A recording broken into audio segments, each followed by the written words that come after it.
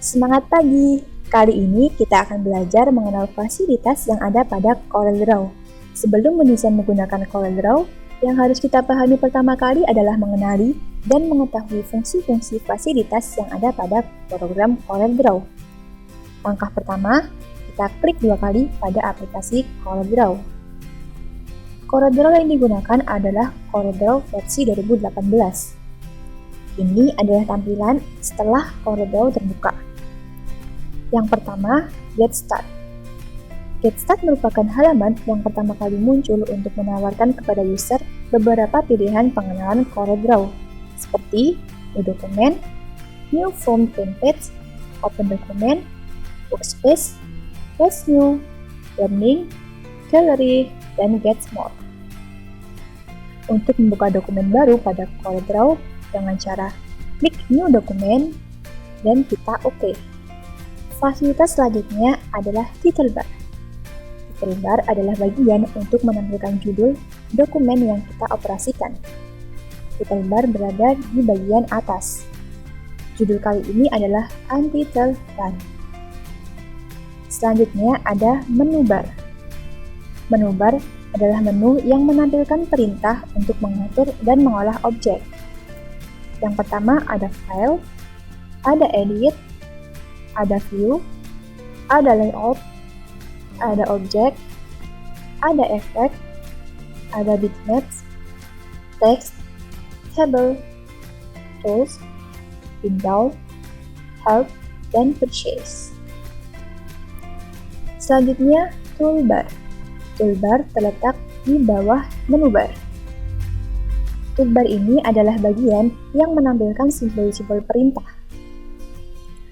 Pada toolbar terdapat New, Open, Save, Print, Cut, Copy, Paste, Undo, Redo, Search Content, Import, Export, Publish to PDF, Zoom Levels, Full Screen Preview, Show Rules, Show Grid, Show Guidelines, Snap Off, Snap To, Option, dan Application Launcher. Fasilitas selanjutnya adalah Property Bar. Property Bar terletak di bawah Toolbar. Property Bar adalah fasilitas tambahan yang muncul setelah memilih salah satu dalam fasilitas Toolbox. Property Bar berfungsi untuk mendukung pemakaian Toolbox yang sedang dipilih. Selanjutnya, kita akan mengenal Toolbox. Toolbox terletak di bagian sebelah kiri. Toolbox adalah kumpulan tool untuk membuat, mengedit, dan mengatur gambar pada lembar kerja CorelDRAW. Yang pertama ada Pix Tool. Pix Tool terdiri dari Pix, Freehand Pick, dan Free Transform. Pick berfungsi untuk menyeleksi dan mengatur ukuran objek. Freehand Pick berfungsi untuk menyeleksi secara bebas, dan Free Transform berfungsi untuk mengubah bentuk objek. Yang kedua ada Shape Tool.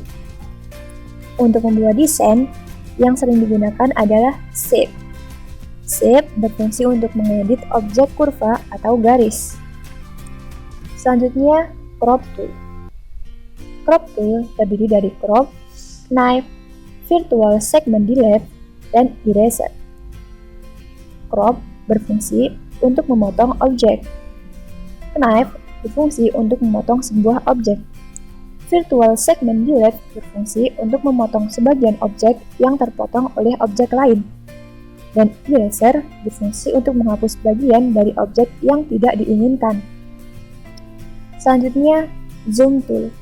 Zoom Tool terdiri dari Zoom dan Pan. Zoom berfungsi untuk memperkecil atau memperbesar objek atau tampilan. Dan Pan berfungsi untuk menggeser dan menarik objek. Selanjutnya ada Freehand Tool. Yang sering digunakan untuk mendesain busana adalah Freehand, Two-Point Line, Bezier, dan Pen. Freehand berfungsi untuk membuat kurva atau garis lurus.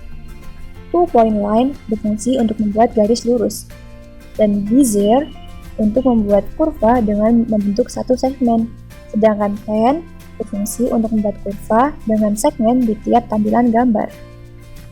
Selanjutnya adalah Artistic Media Tool. Artistic Media Tool berfungsi untuk menggambar objek yang bersifat artistik. Selanjutnya, Rectangle Tool.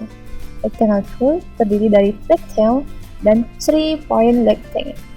Rectangle berfungsi untuk membuat persegi, sedangkan 3-point rectangle berfungsi untuk membuat persegi dengan sudut yang lebih fleksibel.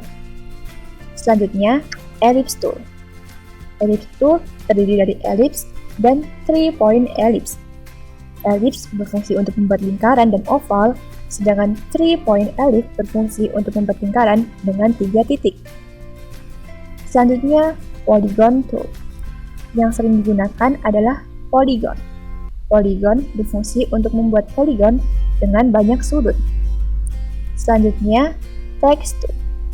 Text Tool terdiri dari text dan table. Text berfungsi untuk membuat tulisan, dan table berfungsi untuk membuat table. Selanjutnya, ada Parallel Dimension Tool. Yang sering digunakan adalah Parallel Dimension. Parallel Dimension berfungsi untuk membuat garis dengan dimensi miring. Selanjutnya, ada Straight Line Connector Tool. Yang sering digunakan adalah Straight Line Connector. Straight Line Connector berfungsi untuk membuat penghubung garis. Fasilitas selanjutnya adalah Drop Shadow Tool. Yang sering digunakan adalah Drop Shadow, Contour, dan Blend. Drop Shadow berfungsi untuk membuat bayangan pada objek, Contour berfungsi untuk membuat kontur, dan Blend berfungsi untuk meleburkan dua objek. Fasilitas selanjutnya ada Transparency Tool. Transparency Tool berfungsi untuk memberi efek transparan pada objek. Selanjutnya ada Color Eyedropper Tool. Color Eyedropper Tool terdiri dari Color Eyedropper dan Attribute Eyedrop. Yang sering digunakan adalah Color Eyedropper, yaitu berfungsi untuk memilih warna pada objek yang sudah ada. Selanjutnya ada Interactive Fill Tool. Interactive Fill Tool terdiri dari Interactive Fill dan Mesh Fill. Yang sering digunakan adalah Interactive Fill.